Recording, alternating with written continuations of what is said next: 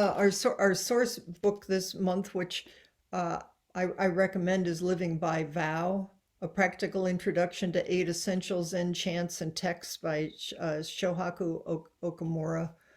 Um, I'm not going to use that today. Uh, um, I think it's like we say all these strange Zen things. Like we just did one. We just did the before lecture chant.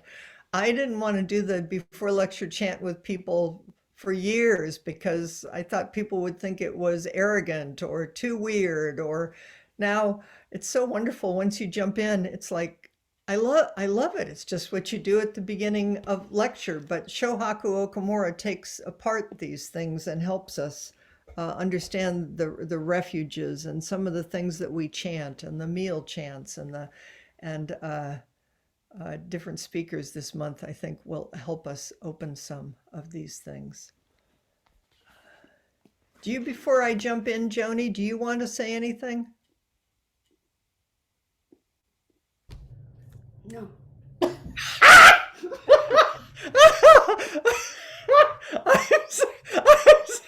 I'm sorry, that was totally delightful. There you go. There's the teaching. She can also say yes. So there you go. That was really clear. Okay, and Joni, please take good care and be well and take care of yourself. We all send you love and deep blessings, and you can keep jumping in and saying no or yes or anything else that you want to say along the way. Okay, I thought since we're using Katagiri Roshi, Katagiri Roshi, I don't know that he wrote these books or they were like Blanche Hartman's compiled after he died, but there are some wonderful books by Katagiri Roshi. Katagiri Roshi, when Suzuki Roshi came to the United States from Japan and was establishing San Francisco Zen Center, he invited different teachers to help him teach and to bring Buddha's way to the West. Uh, uh, Koben Sensei, Koben Chino Roshi. I can't remember, I'm embarrassed to say, there was someone in particular, a very famous person, who he invited to help bring Zen forms. My memory is Suzuki Roshi felt like that wasn't what he could transmit, so he brought someone who knew that. And Katagiri Roshi was one of the people that he invited.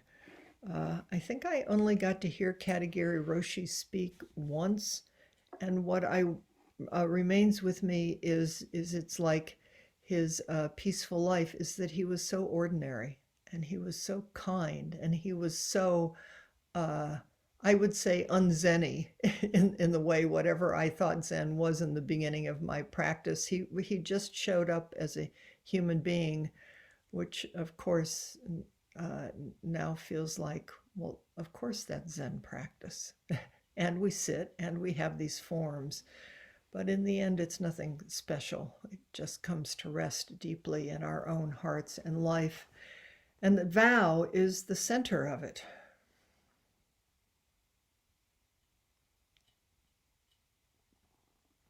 I think maybe I've said, well, one, it doesn't matter if you take formal vows or not, jukai or priest vows, or for some people that's your calling. There's a mystery to that. But I don't think we'd be here practicing.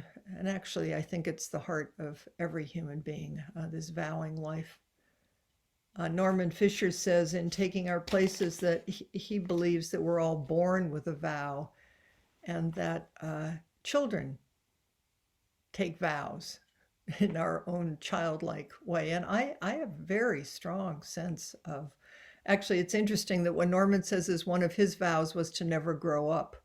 And I remember taking that vow. I looked around at the world and whatever was going on there, it was not, I didn't understand it, but it wasn't, it wasn't, it didn't resonate with what I thought life was. Took a long time to move beyond just saying no. to find a yes that includes a no. But a vow, I love Suzuki Roshi's the precepts. If you think you can do it, if you think you can't do it, that's arrogance. You just show up each moment and say, yes, I will. That's the vow. Yes, I will. Here I am, moment after moment, fully, deeply, wholeheartedly confused, enlightened, sad, happy, the whole beautiful shebang of being a human being. But back to Katagiri Roshi. This one is called Each Moment is the Universe. It's his commentary or collection of lectures on Uji, Dogen's time being. But there's a chapter in here where he talks about vow. So I'm going to read you parts of it. Zen practice is just to open the heart and be intimate with the truth. There you go. That's the talk. Zen practice is just to open the heart and be intimate with the truth. It's very vague. You don't understand it. But finally, if we do something successfully, we have to give it back to all sentient beings. That is the Bodhisattva vow. When you vow to do something for others, even if it's just a small detail, you really give your whole body and mind to doing it. This is your practice. Just giving your whole body and mind to practice, to the moment, to saving all beings, to generosity. Then based on right seeing of truth and right thinking of what to do, you can walk the spiritual path of right activity in everyday life. Zen practice is based on the continuous merging of wisdom and compassion. It's Dogen's continuous practice enlightenment. There's no end game here. You can't get it right or wrong. It's continuous practice. This is such good news and very, very hard to grasp. Well, you can't grasp it. You live it. One by one, each of us should practice in this way. A religious person, who we all are, even if we think we're not. Expand your view of what you think a religious person is. Call it a spiritual person. Call it someone devoted to a life that's bigger than your own self and your ego. A religious person must be a good friend who can walk hand in hand, side by side with people, whoever they are, without losing the spiritual way of life. I think, my goodness, do we need to live this practice in these days and these times? What is this? Doesn't mean you don't have a deep ground and ethics. Doesn't mean that you pretend something's true or not true, but how do we keep walking together with the other, including the other in ourselves? To do this, first of all, we should awaken ourselves to where we are and what we are doing. This is wisdom. And then we should help others. The Bodhisattva vow to save all sentient beings isn't based on an evaluation. That's the thinking mind. We all have one. I'm evaluating and judging. We need to evaluate. Judging is different than discerning. Doesn't mean, Pema Chodron calls it stupid compassion. It's about waking up, feeling your feet on the ground, feeling your breath in the belly. What is it? Where are we? What's true? Over and over. It's not thinking that all sentient beings need to be saved based on ideas of bad or good, right or wrong. A bodhisattva vows to save all sentient beings because most people don't know where they are. We are already in the ocean of Buddha's world. You are already a Buddha, and this is Buddha's body. Do you know that's where you are and who you are? You don't sit down in Zazen to become a Buddha. Sitting down in Zazen is being a Buddha, manifesting vow. It's already here. We are already in the ocean of Buddha's world, but we don't know where the water is. We are confused. We are already great beings, but we don't realize it, so we create problems. I think that's great. Do you ever notice how you create problems? How you just sort of stir things up just to sort of know that you're alive or that you're you, with your opinions. It's like a little space opens and it's quite delightful, but it's also pretty scary. Start throwing stuff into it to make sure we have a sense of what solid ground is. It's what we're all doing. It's why the world keeps looking the same. But to help others, to have that be your vow. What is it to help others? Don't bring an evaluation based on good or bad or right or wrong. Just help all sentient beings wherever they are. All sentient beings are already Buddha. To awaken them is just to remind them of the truth.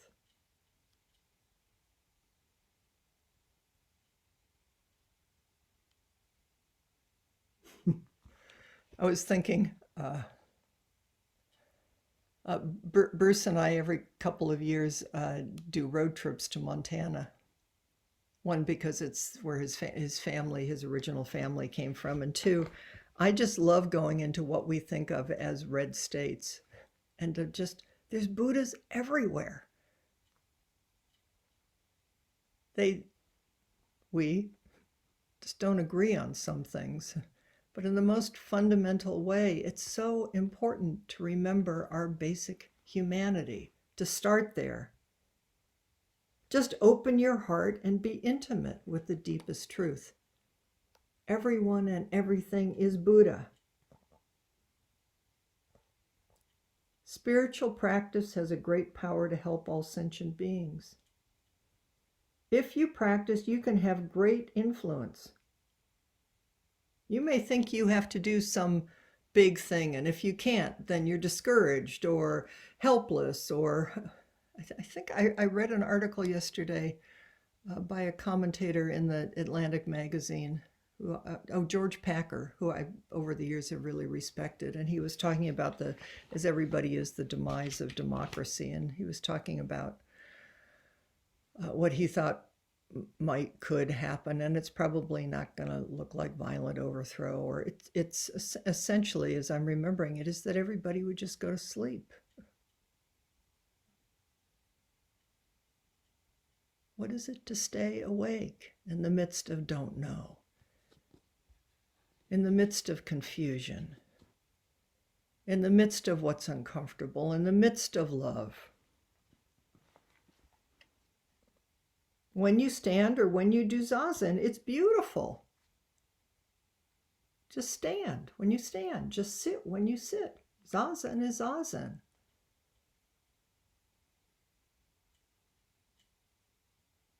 People are very moved by your posture because the power and influence of truth is here. Presence. Spiritual power is not something you create on the surface of your life. Real spiritual power is the power behind power. Whoa. The power behind power is the true meaning of effort. It is pure action without needing a particular goal.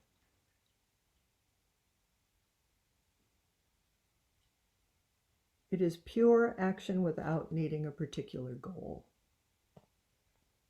Instead of expecting to get a result from our effort, we give quality to our effort. Wholehearted, each moment, That is saving the whole world. Showing up wholeheartedly.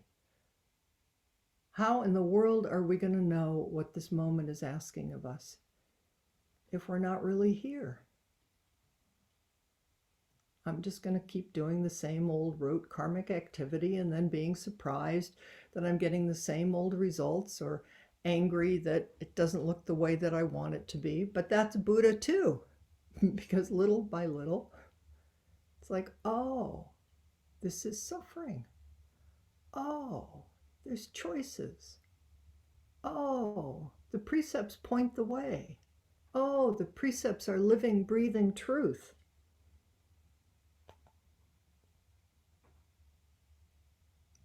We give quality to our effort. This is very important practice for us. That's why spiritual life is very calm, very quiet, and very stable. That's why you can be very stable and calm. You can be very stable and calm in the midst of the storm. You can be very stable and calm in the midst of anger or fear or desire. What is this stable and calm? The ground and the root of it is vow.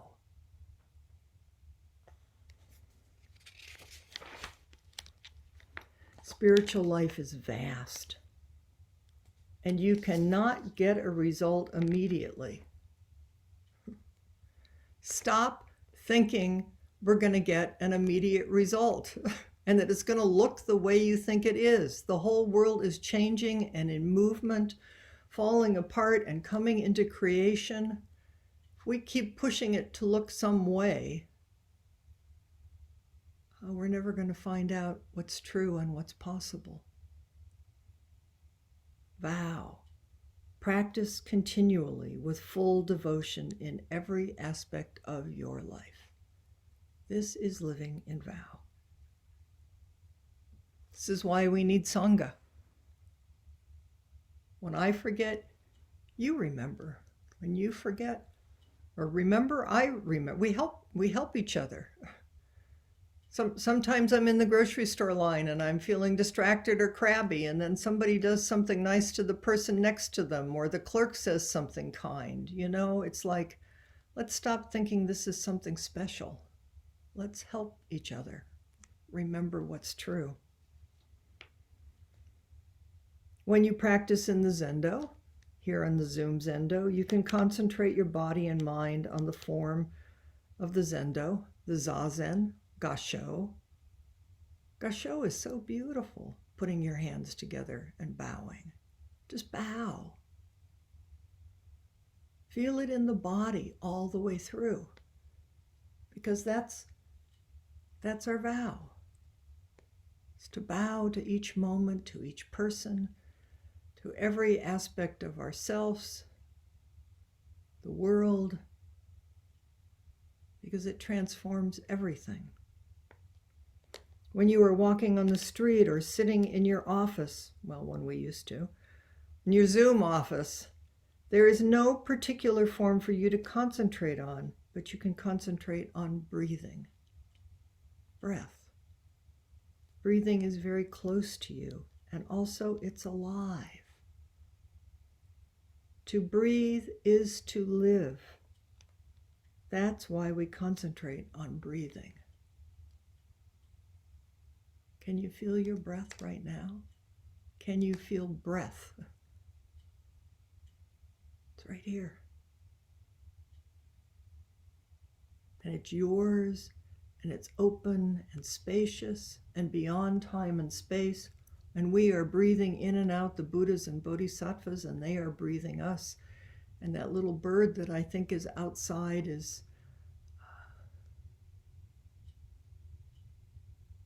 there's the bird and there's me. And my life is that bird's life, and that bird's life is mine. And how I live matters. By your full devotion, the phenomenal world An unknown time and space come together and work together in your life, right here, right now. I'm going to read that again. I like that sentence. By your full devotion, wholehearted activity, presence, the phenomenal world, an unknown time and space come together and work together in your life right here, right now. Anything else is just an idea. Past, present, future, I mean, of course, in the relative world. Memories, hopes, fears, just right here, right now. Everything is right here, right now.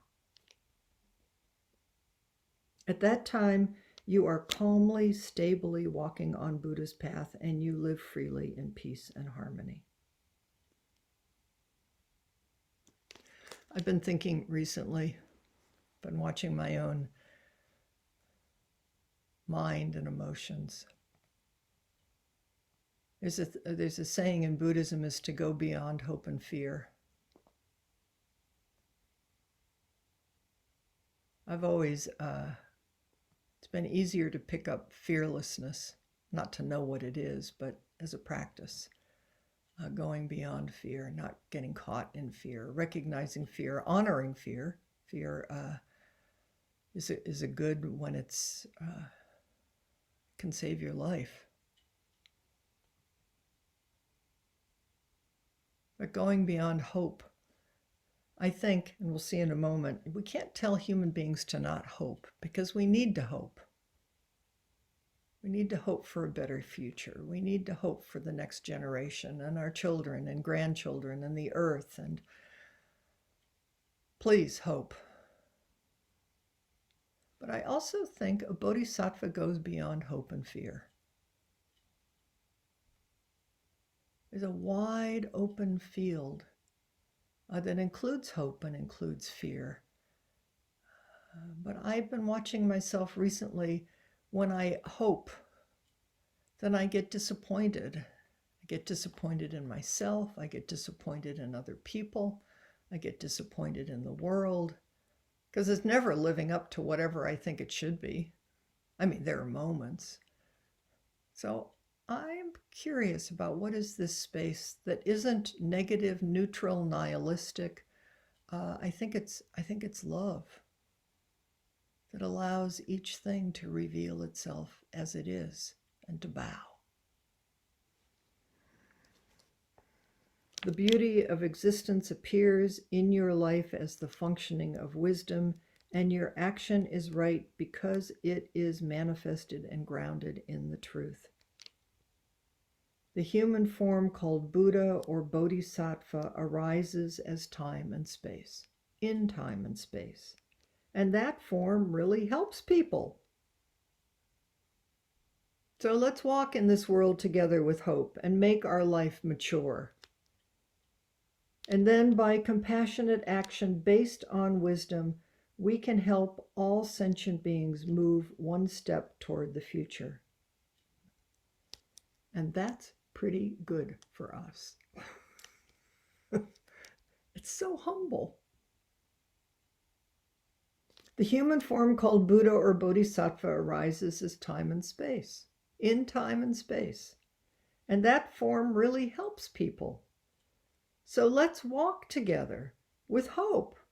Please, let's walk with hope towards a bright future and make our lives mature.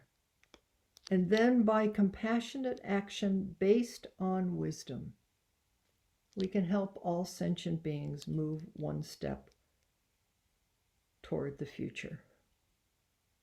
Just one step, one breath, one breath. That's pretty good for us.